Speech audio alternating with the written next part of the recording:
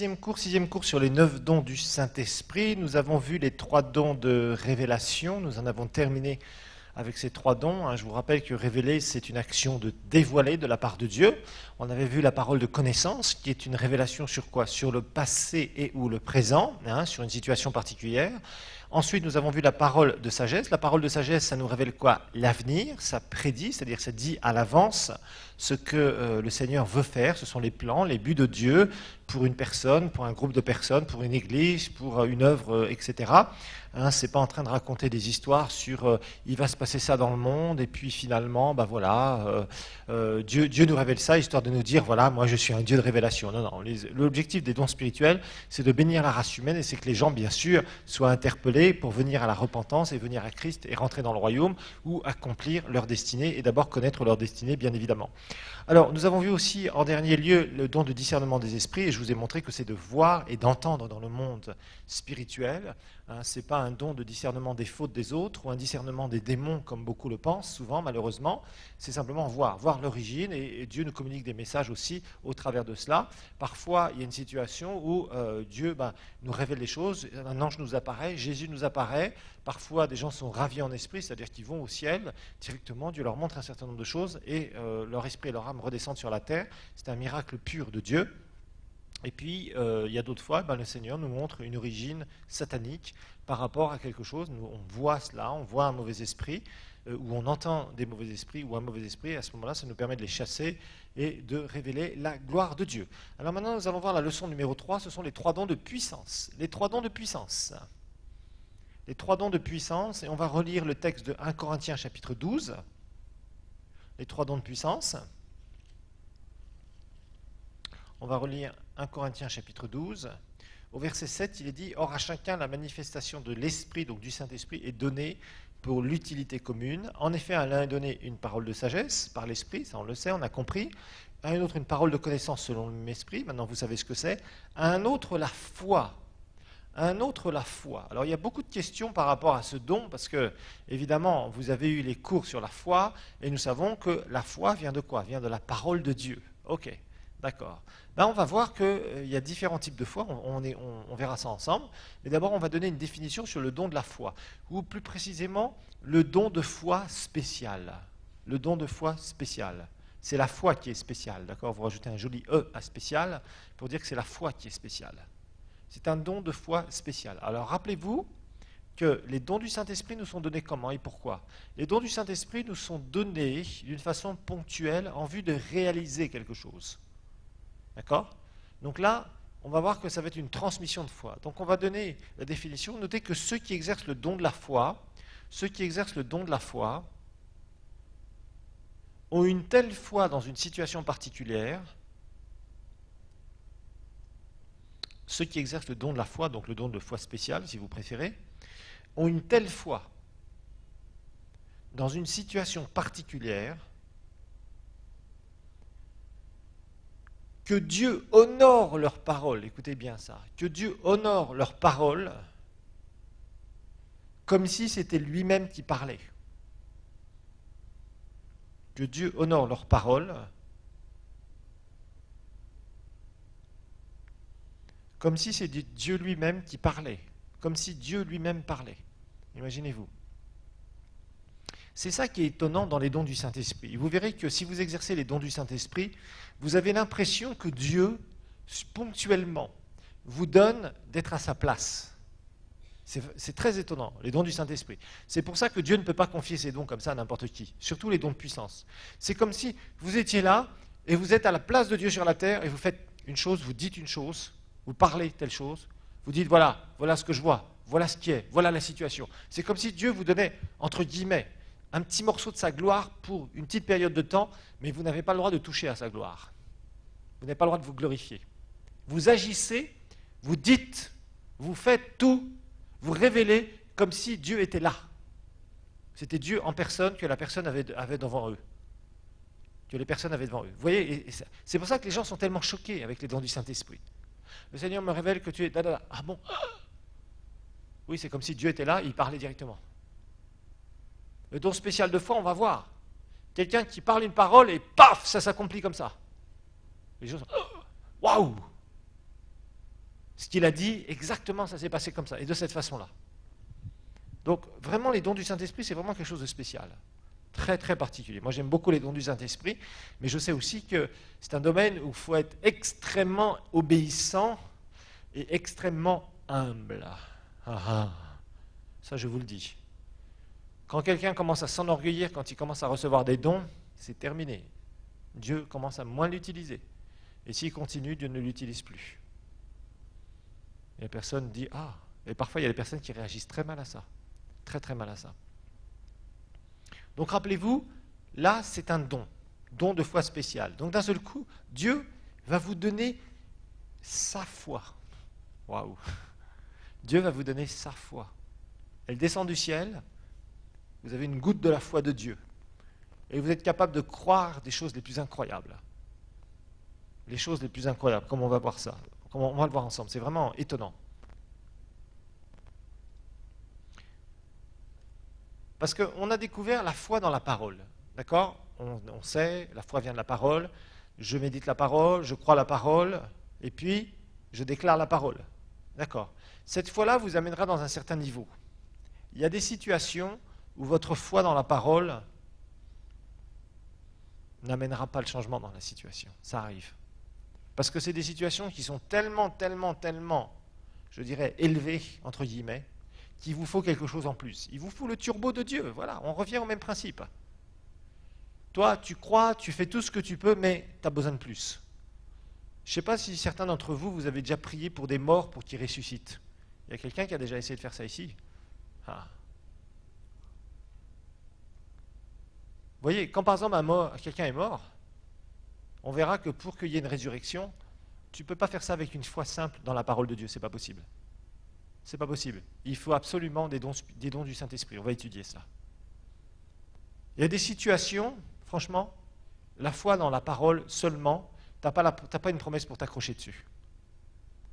Donc tu ne pourras pas voir un résultat. Donc il y a un moment particulier. Donc Dieu veut se manifester, mais notre foi ici dans la parole n'est pas suffisante. On n'a pas une promesse, vraiment, par rapport à ce genre de situation. On va découvrir ça. Bon.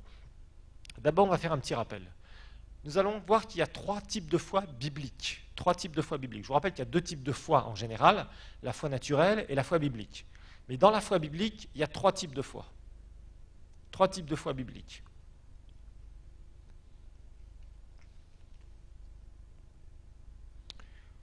Le premier type de foi biblique, c'est la foi pour être sauvé, la foi du salut.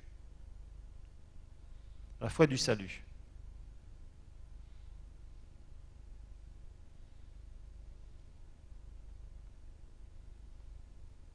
Le premier type de foi biblique, c'est la foi du salut. Éphésiens 2,8 nous le dit.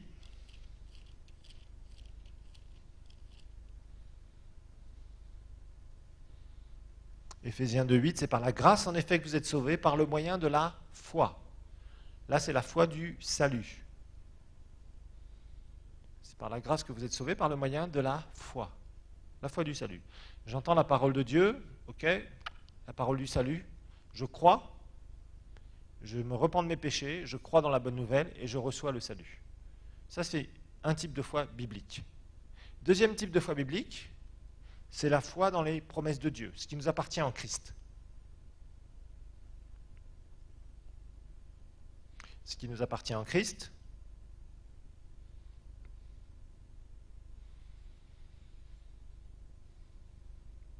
Donc là, j'ai une promesse.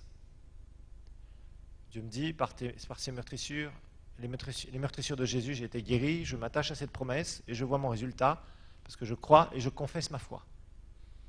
Donc c'est une foi biblique et je peux voir beaucoup de choses dans ma vie, je peux réussir beaucoup de choses, la grande majorité de ce que je vais réussir dans ma vie, ou recevoir du Seigneur, donc c'est par la foi dans la parole.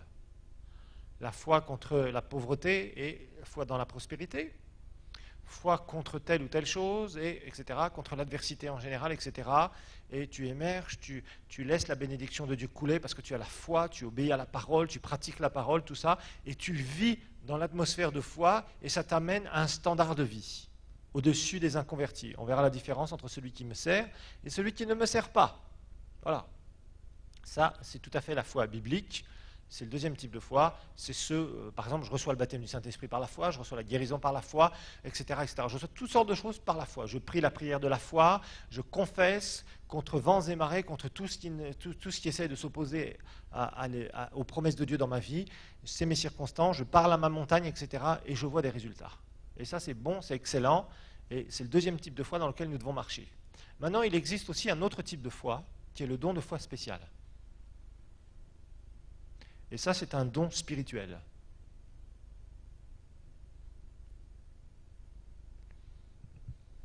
C'est un don spirituel.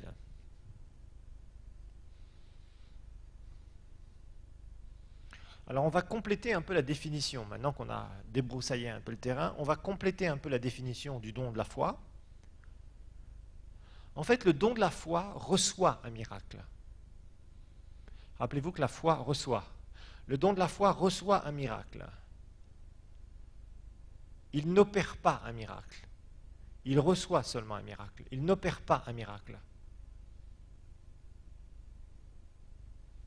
En fait, c'est un don passif. Il n'opère pas un miracle, il reçoit un miracle, c'est un don passif.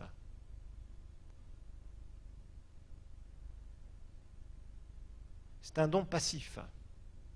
On verra que le don d'opérer les miracles, c'est un don actif. Tu opères un miracle, tu agis sur quelque chose, tu fais quelque chose. Alors en fait, ce don, c'est vraiment une foi extraordinaire, une foi qui vient du ciel, une foi qui nous est communiquée ponctuellement. Foi qui nous est communiquée ponctuellement, et franchement, c'est pour des circonstances qui sont vraiment énormes, énormes, énormes, énormes. Des circonstances, franchement, dans lesquelles notre foi dans la parole, franchement, n'est pas assez forte. Alors, par exemple, une protection surnaturelle. Protection surnaturelle à un moment donné. Une provision aussi surnaturelle. Une provision surnaturelle. Protection surnaturelle, provision surnaturelle. Ressusciter les morts.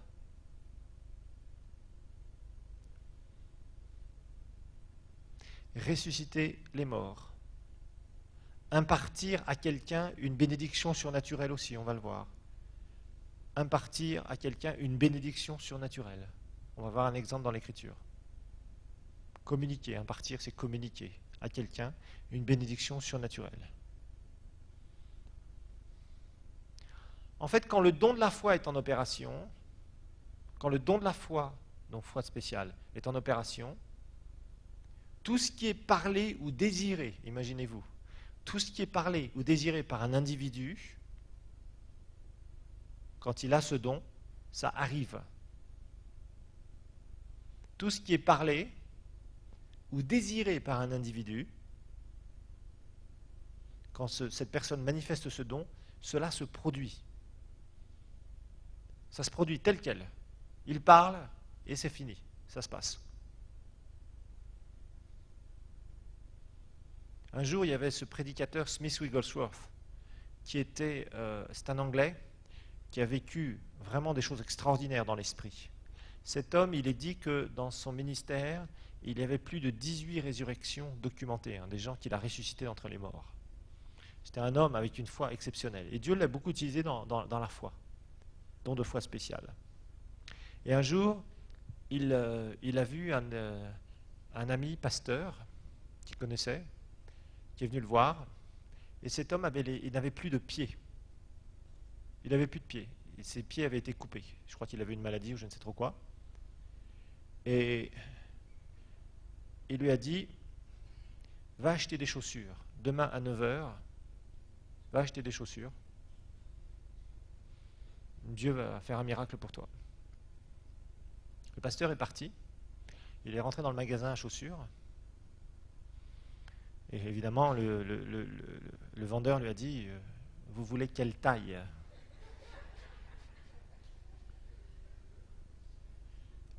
Et il lui a dit la taille. Le vendeur est parti et il s'est dit, pauvre type, il est complètement fou. Il est revenu avec la paire de chaussures et quand il est revenu, le gars avait des pieds. Miracle tel quel. tel que Smith Wigglesworth l'avait dit. Ça s'est produit. Il lui a mis les chaussures, évidemment, il y a eu un témoignage gigantesque, et cet homme a vu ses pieds pousser, comme ça. Ça, c'est le don de foi spécial. Avec la foi dans la parole, vous ne pouvez pas obtenir ça, honnêtement. Ah, le don de foi spécial, c'est... Vous allez voir des exemples dans l'Écriture, mais c'est absolument exceptionnel. Ces choses telles quelles. Vous les parlez, vous ne faites rien d'autre. Vous parlez une fois, c'est fini. Et ça se passe comme si Dieu était là, en chair et en os, en train de dire, voilà, pouf. Et ça se passe, ça se produit. Alors notez que cette parole donc prononcée, tout ce qui est parlé, ça peut produire un miracle. Miracle, une malédiction ou une bénédiction, une création ou une destruction. Donc cette parole peut produire un miracle, une malédiction ou une bénédiction, une création ou une destruction, ou déplacement ou altération de quelque chose ou de quelqu'un. Déplacement ou altération de quelque chose ou de quelqu'un.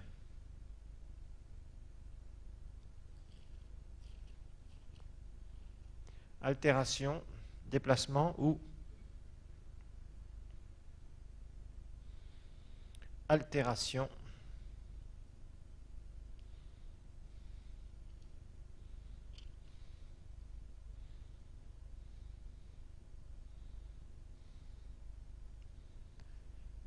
Vous voulez des exemples dans l'Écriture? Allez, on y va. Acte 13. Vous allez comprendre certaines choses.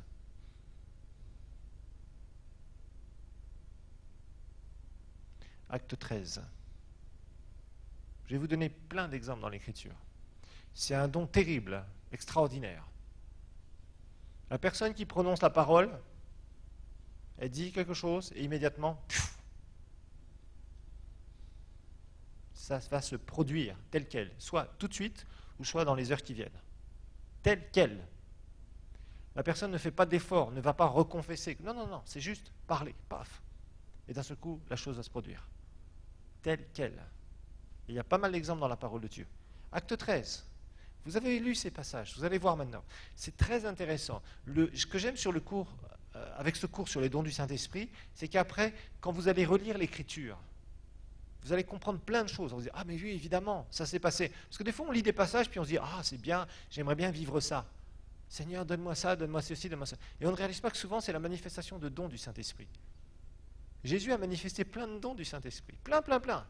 Plein de dons du Saint-Esprit. Dans les actes, c'est la même chose. Il y a plein de manifestations des dons du Saint-Esprit.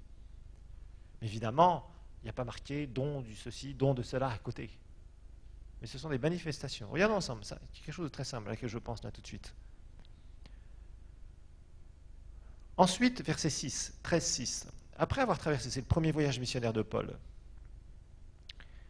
traversé toute l'île jusqu'à Paphos, ils trouvèrent un certain magicien, faux prophète juif, du nom de Bar Jésus. Waouh!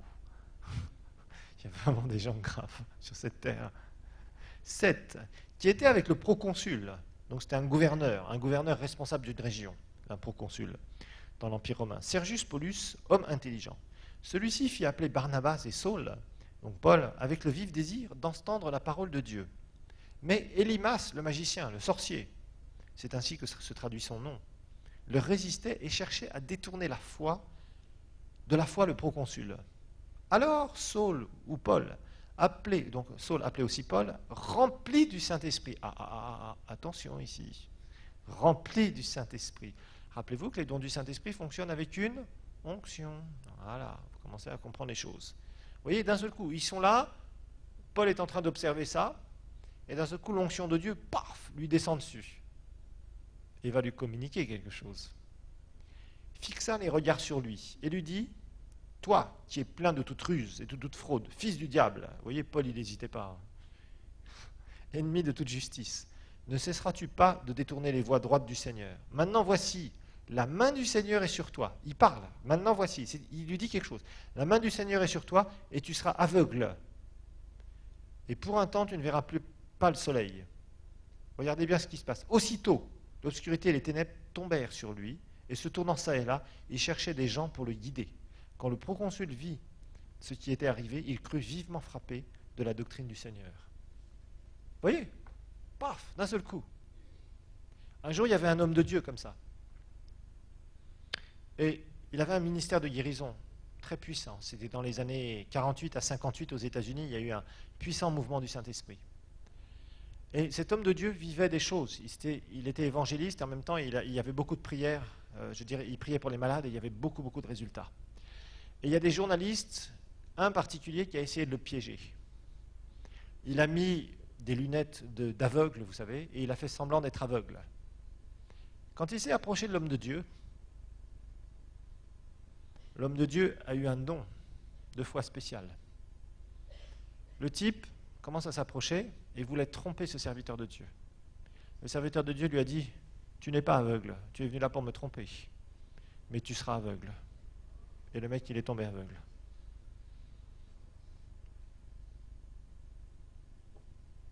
Vous savez, quand Dieu tombe avec ses jugements, ça c'est un jugement de Dieu.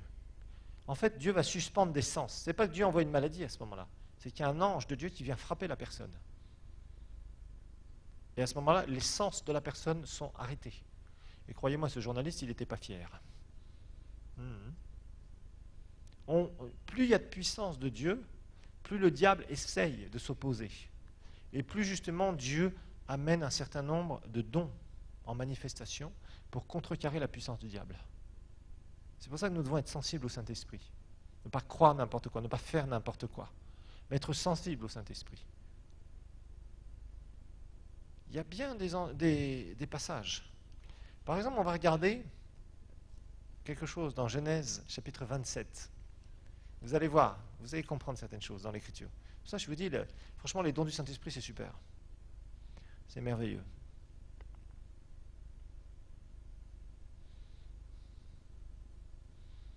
Donc vous voyez, quand la personne qui va recevoir ce don reçoit, parle, elle dit quelque chose, et paf, ça s'accomplit, tel quel. Elle ne prie pas, elle ne confesse pas jusqu'à temps que ça arrive, elle dit une parole seulement, et ça se produit. Don de foi spécial. Genèse, chapitre 27. Vous avez remarqué que dans la Genèse, il y a 2 passages où des gens vont transmettre une bénédiction. Vous avez remarqué ça, non? Ben, vous allez le découvrir sinon. Isaac était très vieux, c'est un des passages. Il va transmettre la bénédiction des promesses à son fils. Et vous connaissez que Jacob a usurpé Ésaü, parce que Jacob voulait marcher dans ce principe. Je ne sais pas comment il a appris ce principe par contre. Ça, on ne sait pas. Ensuite, nous savons qu'à la fin, Jacob, il va parler sur ses fils. Dans Genèse 49, nous allons étudier cela aussi. Et dans Genèse 49, il y a tout un passage où Jacob va prophétiser et bénir ses fils. Est-ce que vous pensez que c'est des gens qui sont, que ce soit Isaac, que ce soit Jacob, ce sont des gens qui se sont dit un jour, ah, tel jour, telle année, etc., je vais appeler mes fils et je vais parler sur eux la bénédiction. Ça, c'était surnaturel. Et ce sont des choses qui se sont produites telles quelles. On va voir ensemble. Genèse chapitre 27, 26 à 30. C'est Jacob qui s'est fait passer pour Ésaü. Alors son père Isaac lui dit, approche donc et donne-moi un baiser, mon fils. Il s'approcha et lui donna un baiser. Isaac sentit l'odeur de ses vêtements, puis il le bénit en ces termes. Oui, l'odeur de mon fils est comme l'odeur d'un champ que l'Éternel a béni. Que Dieu te donne la rosée du ciel et des ressources de la terre, du blé et du vin nouveau en abondance. Que des peuples te soient asservis. Comment voulez-vous dire ça simplement? Par la chair. Et que des nations se prosternent devant toi. Sois le maître de tes frères, et que les fils de ta mère se prosternent devant toi. Maudit soit celui qui te maudit, béni soit celui qui te bénit. Isaac finissait de bénir Jacob, et Jacob avait à peine quitté son père Isaac, que son frère Ésaü revient de la chasse, etc., etc., etc., etc. Et verset 35, Isaac répondit, ton frère est venu avec ruse, et il a pris ta bénédiction. Et malheureusement, pour Ésaü, mais Ésaü était quelqu'un qui ne voulait pas la bénédiction. Il avait vendu, entre guillemets, la bénédiction. Il méprisait la bénédiction. Verset 38, il dit, Ésaü dit à son père, n'as-tu donc que cette seule bénédiction pour moi, mon père? Moi aussi, bénis-moi, mon père. Et Ésaü se mit à sangloter. Son père Isaac lui répondit, voici, ta demeure sera privée des ressources de la terre et de la rosée du ciel d'en haut. Tu vivras de ton épée et tu seras asservi à ton frère. Mais en errant librement ça et là, tu briseras son joug au-dessus de ton cou. Ce n'est pas le même genre de bénédiction. Je pense que vous préférez la première de la deuxième. Ésaü ne pouvait pas faire ce qu'il voulait. Isaac ne pouvait pas faire ce qu'il voulait. Ça a été fait sous l'inspiration divine. Et Dieu voulait bénir Jacob, vous savez pourquoi? Parce que l'autre avait méprisé son droit d'aînesse. Et toutes ces bénédictions que vous voyez là, quand vous lisez Hébreux chapitre 11, on va pas y aller tout de suite, mais vous allez découvrir qu'en fait, tous ceux qui ont fait d'extrêmement grandes choses, dont Hébreux chapitre 11 parle, très souvent, ils ont fait ça au travers du don de foi spécial, pas seulement par leur propre foi. Et on verra comment, de la foi générale de la parole de Dieu, Dieu nous amène dans ce don aussi. C'est ce qu'on va découvrir. Yonggi dira la chose suivante. Et en observant plusieurs personnes qui ont observé comment ce don fonctionnait, la plupart ont réalisé une chose, c'est que des gens qui ont été utilisés dans ce don de foi spécial, très souvent d'abord ce sont des gens qui ont un fort niveau de foi personnelle. Un jour, Yonggi il a appris une très mauvaise nouvelle. Son fils, qui était à l'école, a subi des conséquences de nourriture qui avait été plus ou moins empoisonnée parce que ça avait été maltraité, ou je ne sais pas ce qui s'était passé exactement. En fait, dans l'école où était son fils, il y a eu plein d'enfants qui ont été empoisonnés par la nourriture de la cantine. Et son fils est mort. Et Yonggi dit dans son témoignage, il dit voilà, mon fils était là, et j'ai commencé à prier. J'ai commencé à vraiment croire à la parole de Dieu. Je voulais voir mon fils ressusciter. Et je me suis mis dans la prière, je me suis mis à chercher Dieu, etc., etc., etc. J'ai commencé à parler, à marcher dans ma foi personnelle. Et il dit, au bout d'un moment, j'étais limité. Et c'est là où Dieu m'a rencontré. C'est là où d'un seul coup, la puissance de Dieu est venue sur moi. Et j'ai commencé à avoir une foi que je n'avais jamais eue avant. C'est un don de foi à ce moment-là qu'il a reçu.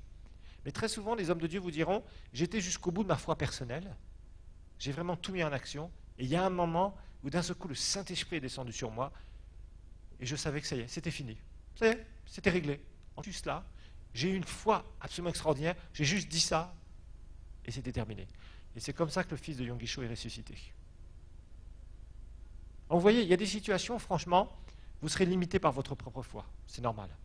Parce que vous exercez un certain niveau de foi, vous progressez dans ce niveau de foi, mais votre niveau de foi sera limité de toute façon. Vous avez besoin du Saint-Esprit pour aller beaucoup plus loin dans certaines situations. Mais c'est selon la volonté du Saint-Esprit. Il y a des situations où, à la limite, vous verrez, vous direz, non, je vois que le Saint-Esprit ne nous donne pas ce don, donc je ne peux pas aller là. Regardons ensemble dans Genèse 49.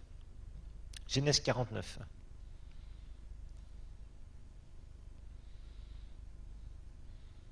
À partir du verset 1.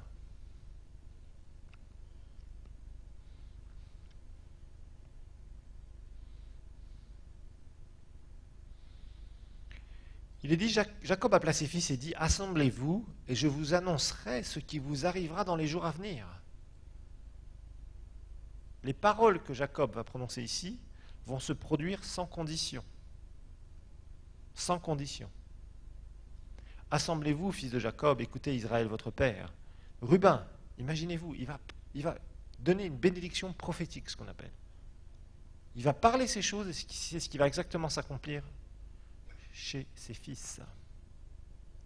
Ruben, toi mon premier-né, ma force et les prémices de ma vigueur, supérieur en dignité, supérieur en puissance, impétueux comme les eaux, tu n'auras pas la supériorité, car tu es monté sur la couche de ton père. Tu as alors profané mon lit en y montant. Siméon et Lévi sont frères, leurs glaives sont des instruments de violence. Que mon âme n'ait point part à leur conciliabule, que mes pensées ne s'unissent pas à leur assemblée. Car dans leur colère, ils ont tué un homme. Et dans leur caprice, ils ont coupé les jarrets des taureaux. Maudite soit leur colère, car elle est violente, et leur emportement, car il est cruel. Je les séparerai dans Jacob, je les disséminerai dans Israël. Judas, c'est toi que tes frères célébreront. Ta main sera sur la nuque de tes ennemis. Les fils de ton père se prosterneront devant toi. Judas est un jeune lion, le lion de Judas. Tu remontes du carnage, mon fils. Il plie les genoux, il se couche comme un lion. Comme une lionne, qui le fera lever? Le bâton de commandement ne s'écartera pas de Judas. Ni l'insigne du législateur dans ses pieds, jusqu'à ce que vienne le Shiloh. Le Shiloh, c'était interprété comme étant celui qui doit être envoyé, le dominateur, c'est-à-dire Christ.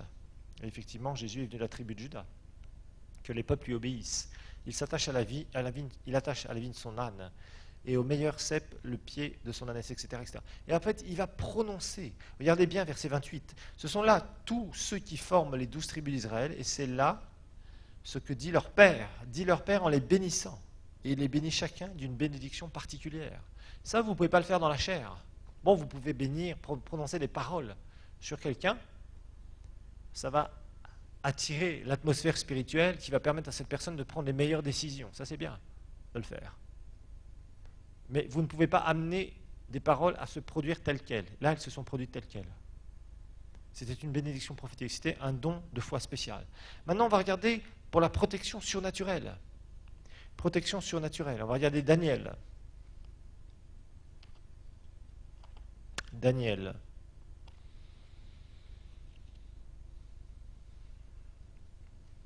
Daniel chapitre 6.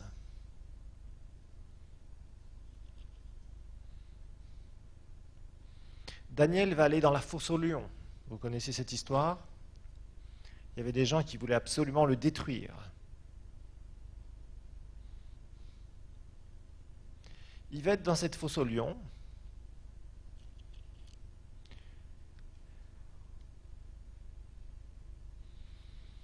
Et on va vraiment le piéger. Daniel va se faire vraiment piéger par rapport à tous ces gens.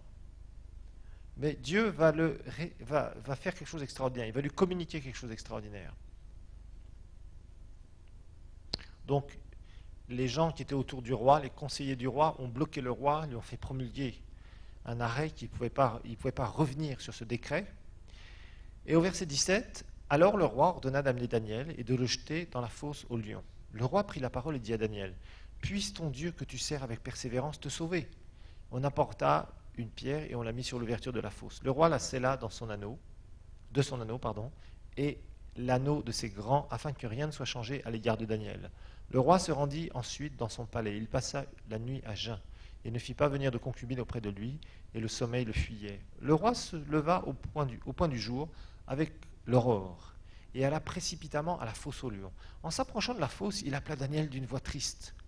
Le roi prit la parole et dit à Daniel, « Daniel, serviteur du Dieu vivant, ton Dieu que tu sers avec persévérance, a-t-il pu te délivrer des lions ?» Et Daniel se mit à parler au roi. « Roi, vie à jamais. Mon Dieu a envoyé son ange et a fermé la gueule des lions, qui ne m'ont fait aucun mal, parce que j'étais trouvé innocent devant lui, et devant toi non plus, au roi, je n'ai rien fait de mal. » Alors le roi eut une grande joie et ordonna de faire retirer Daniel de la fosse. Daniel fut retiré de la fosse, et on ne trouva en lui aucune blessure, parce qu'il avait eu foi en son Dieu. Et en fait, ici, la foi en son Dieu, c'est pas une foi naturelle, enfin, c'est pas une foi ordinaire, je dirais. Qu'est-ce que Daniel a fait? Il a dit, « Lion, taisez-vous. Lion, au nom de Jésus, vous ne m'atteindrez pas. Je vous ordonne. » Non, non, il n'a pas fait ça, Daniel. Daniel est resté tranquillement. Et les lions ne l'ont pas touché. Vous savez, ils mettaient des lions très affamés. Les gens se faisaient manger direct. C'était une catastrophe. Ils se faisaient tuer par ces bêtes féroces. Daniel n'a rien fait. Daniel a eu une protection surnaturelle au milieu d'un danger immense, de pièges sataniques pour le détruire. Il n'a pas été touché. Il n'a pas prié. Il n'y a pas eu de prière ici. Il n'y a rien eu qui a été fait. Il a juste reçu. Il a été protégé surnaturellement au milieu d'un danger extrême. Ça, c'est une manifestation du don de foi spéciale. Regardez Marc 4 avec Jésus.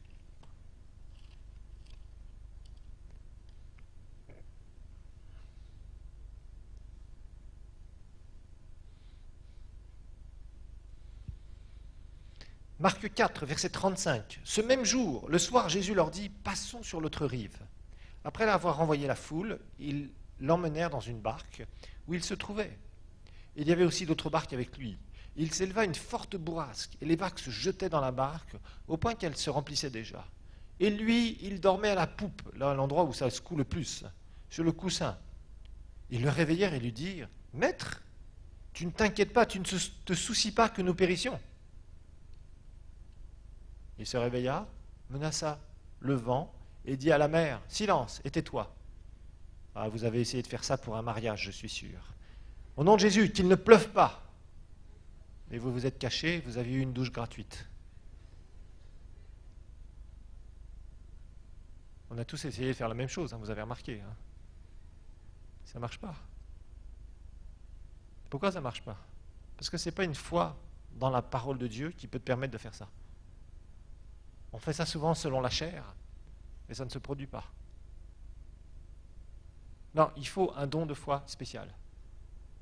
Et comme je vous le disais, dans Hébreux 11, si vous relisez Hébreux 11 à la lumière de ce que je vous enseigne ici, ben vous découvrirez que très souvent, tous les témoignages quasiment dans Hébreux 11, par la foi, on ferait bien de rajouter par une foi spéciale la plupart du temps. Dieu vous demandera de marcher par la foi dans la parole de Dieu, mais aussi il y a des moments où il veut vous donner une foi spéciale. Devant des circonstances qui sont complètement impossibles. Là où vous ne pourrez pas croire simplement en méditant la parole de Dieu, ce n'est pas possible. Ça dépasse très largement la foi qu'on peut recevoir par la parole de Dieu. C'est pour ça qu'on voit un certain nombre de choses se produire qui sont des choses absolument exceptionnelles. 1 Roi 17 par exemple, 1 Roi 17, les prophètes de l'Ancien Testament marchaient souvent comme ça. 1 Roi chapitre 17.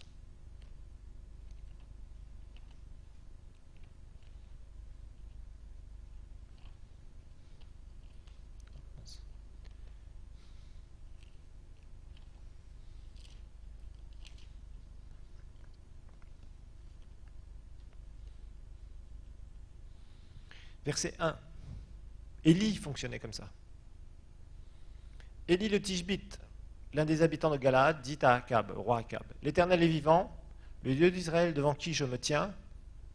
Il n'y aura ces années ni rosée, ni pluie, sinon à la parole du Seigneur. » Vous avez remarqué la différence là? Est-ce qu'il est écrit sinon à la parole du Seigneur? Il est dit à ma parole. Ma parole. Waouh!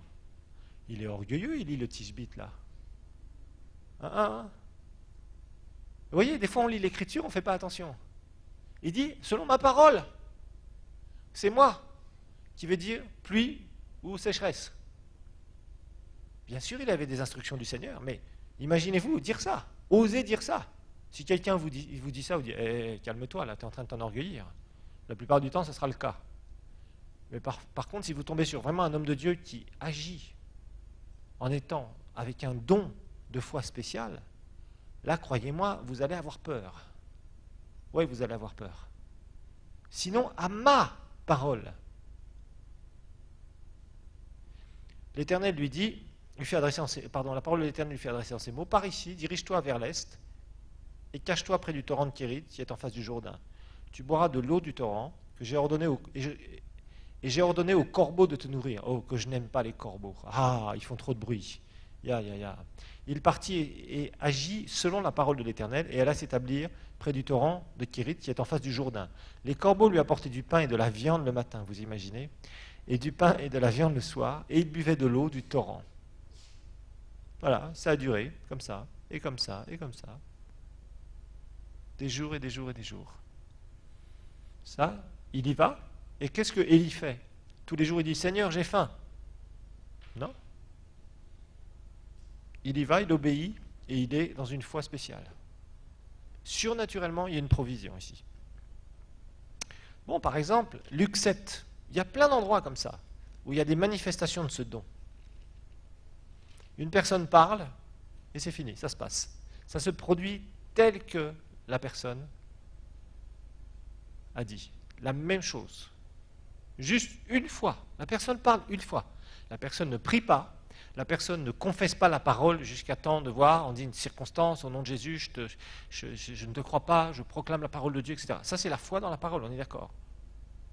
Mais le don de foi spécial, non, non. Tu parles, ça se produit, tel quel. Il y a plein d'exemples dans la parole de Dieu. Là, on regarde juste quelques... Luc chapitre 7, verset 11. La résurrection du fils de la veuve de Naïn. Or, il, c'est Jésus, se rendit le jour suivant dans une ville appelée Naïn. Ses disciples et une foule nombreuse faisaient route avec lui. Lorsqu'il fut près de la porte de la ville, voici qu'on apportait en terre un mort, fils unique de sa mère, qui était veuve. Il y avait avec elle une foule considérable de la ville. Le Seigneur la vit, eut compassion d'elle et lui dit « Ne pleure pas ». Il s'approcha, toucha le cercueil. Ceux qui le portaient s'arrêtèrent. Et il dit « Jeune homme, je te le dis, lève-toi ». Et le mort s'assit et se mit à parler. Jésus le rendit à sa mère. Tous furent saisis de crainte, ils glorifiaient Dieu et disaient « Un grand prophète s'est levé parmi nous et Dieu a visité son peuple ». Jésus a parlé combien de fois? Jésus a-t-il prié? Par contre, il y a un petit mot ici que j'aimerais que vous appreniez. C'est le mot compassion. Le mot compassion. Je vais vous en donner une définition ici, parce que sinon, vous ne pourrez pas comprendre réellement ce que c'est que ce mot. Le mot compassion, qu'est-ce que c'est que la vraie compassion? La vraie compassion n'a rien à voir avec la pitié. Les gens pensent que la compassion et la pitié, c'est la même chose. Ce n'est pas la même chose. Avoir pitié de quelqu'un, c'est quoi? C'est tu vois quelqu'un dans une situation désespérée, et tu dis vraiment, toi, tu n'as pas de chance. J'aimerais pas être à ta place. Je vais essayer de faire ce que je peux pour t'aider. Ça c'est la pitié. Vous êtes d'accord? Il y a un mendiant, quelqu'un qui a un bras coupé, quelqu'un qui a la face complètement déformée, qui a été brûlé ou qu'on a attaqué. Vous voyez ce que je veux dire? Ça fait mal au cœur. Quelqu'un qui est sur un lit en train de hurler de douleur, et vous dites franchement, ça me... Ça c'est la pitié.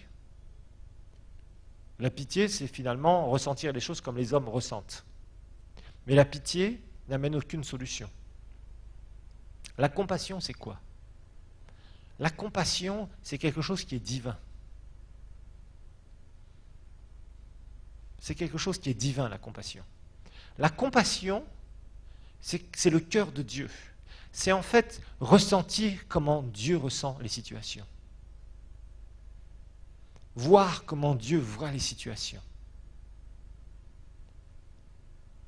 C'est souffrir, s'identifier comme Dieu souffre par rapport aux situations des humains. La compassion, c'est quelque chose de surnaturel, ce n'est pas quelque chose de naturel. Et d'un seul coup, ce qui s'est passé, c'est que le cœur de Dieu, le cœur de Jésus, se répandait. Et ça, la vraie compassion provoque souvent les dons du Saint-Esprit. Très souvent. Souvent, les gens qui ont des ministères de guérison, d'un seul coup, ils entendent une situation, ils sont bouleversés à l'intérieur. C'est spirituel, c'est pas naturel. Ils peuvent ne pas connaître une personne et d'un seul coup, ils sentent comme si le cœur de Dieu leur a été transmis quelque part. Et d'un seul coup, il y a quelque chose qui se lève en eux. Le Saint-Esprit, paf, leur tombe dessus, communique un don, ils commencent à prier ou à ordonner ou à faire des choses dans l'esprit et ils apportent la solution. Parce que la compassion apporte la solution. En fait, la solution divine.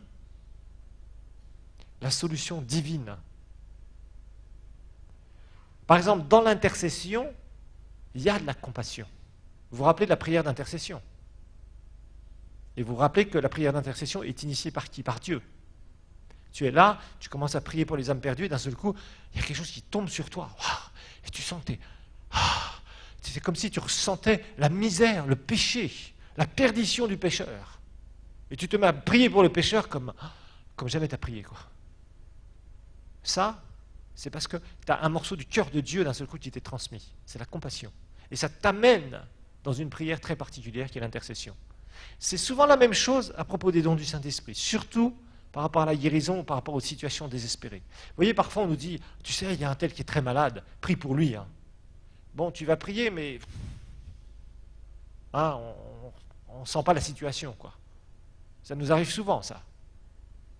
Alors, on se dit, alors des fois, on est un peu sous la condamnation, on se dit, ouais, franchement, tu n'as pas de cœur, tu sens pas la souffrance de cette personne, etc., etc., etc. Oui, parce qu'on n'est pas au diapason de Dieu. Le diapason de Dieu, c'est la compassion. Si vraiment ton cœur est ouvert, et si tu veux vraiment aider les autres, Dieu va commencer à déverser son cœur de compassion dans ton cœur. Et là, d'un seul coup, tu vas ressentir les situations comme Dieu ressent. Moi, ça m'est arrivé quelques fois dans ma vie, c'était absolument extraordinaire. Absolument extraordinaire. Tu es dans une dimension, waouh! Le Saint-Esprit vient sur toi, t'apporte les solutions, paf! Et la situation est transformée. Ça, c'est extraordinaire. C'est ce qui s'est passé avec Jésus ici. Vous savez, Jésus est passé à côté de certains morts. Il ne les a pas tous ressuscités. Vous avez remarqué ça? Jésus n'a pas été dans les tombes en disant, allez, Pierre, ouvre-toi. Pierre Tombal, ouvre-toi ici. Ressuscite-toi, ressuscite-toi. Hein?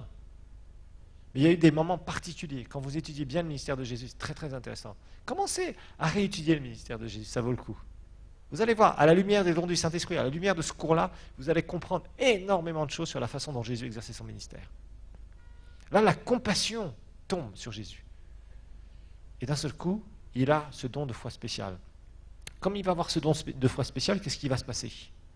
Eh bien, à ce moment-là, le Saint-Esprit va lui communiquer cela. Il va parler et directement le mort se lève. Il n'est pas là en train de prendre le mort. Réveille-toi au nom de Jésus. Réveille-toi. Réveille-toi. Non. Lève-toi. Imaginez-vous. Lève-toi. Et le gars, il se lève. Tout le monde est sidéré. Et là, ils vont glorifier le Seigneur. Tous furent saisis de crainte, verset 16. Ils glorifiaient Dieu en disant, un grand prophète s'est levé parmi nous. Et Dieu a visité son peuple. Cette parole se répandit à son sujet dans la Judée tout entière et dans tous les environs. La gloire de Dieu. Et ça, c'est vraiment la manifestation du don de foi spécial. Notez rapidement, et on va clôturer avec ça, que pour ressusciter un mort, il nous faut 3 dons spirituels. Pour ressusciter un mort, il nous faut 3 dons spirituels. Il nous faut le don de foi spécial. Il nous faut le don de foi spécial pour rappeler la personne, esprit et âme, dans son corps. Il nous faut le don de foi spécial pour rappeler la personne, c'est-à-dire esprit et âme, dans son corps. Il nous faut souvent le don d'opérer les miracles pour ressusciter le mort. Il nous faut le don d'opérer les miracles pour ressusciter le mort. Parce que s'il y a quelqu'un qui est mort, c'est qu'il y a quelque chose qui a lâché. Souvent son cœur a lâché. Ou son cerveau a lâché. Et là, il faut un miracle de restauration. Et aussi, le don des guérisons. Le don des guérisons pour que cette personne ne retombe pas malade et meure à nouveau. Pourquoi est-ce que la personne retomberait malade? Pour que cette personne ne retombe pas malade et meure à nouveau. Parce que vous savez, quand quelqu'un est mort, c'est comme si vous avez un morceau de viande. Un morceau de viande exposé comme ça à l'air, qu'est-ce qu'il fait? Il pourrit. Ça veut dire qu'il y a des bactéries, il y a des infections. Et à ce moment-là, il faut que le Seigneur restaure tout. Donc, la plupart du temps, il faut ces 3 dons en opération. Le don de foi spéciale, parce que l'esprit et l'âme sont sortis, donc il faut qu'ils reviennent. Et je vous rappelle que seulement, soit des morts qui étaient dans le séjour des morts, là c'était le cas ici, hein. Ce garçon était dans le sein d'Abraham à l'époque. Ou soit des gens qui sont au 3e ciel peuvent ressusciter. Les gens qui sont en enfer ne peuvent pas ressusciter, je vous rappelle. On avait vu ça dans l'identification. Et là, il y a un appel. Donc, l'esprit et l'âme doivent revenir dans le corps. Il doit y avoir un don de miracle en opération. Des fois, ça peut se faire en une fraction de seconde, c'est pas compliqué avec Dieu. Parce que le cœur a lâché, parce que le cerveau a lâché, parce qu'il y a des membres qui ont fait que l'équilibre biologique a été tellement, rompu, qu'au bout d'un moment, le fonctionnement biologique du corps s'est arrêté. Et à ce moment-là, la personne meurt. Donc ce don de miracle, et puis évidemment le don de guérison souvent, parce qu'il y a souvent des infections qui se sont mises, puisque le mort est là depuis des heures ou voire des jours. Voilà. Que le Seigneur vous bénisse.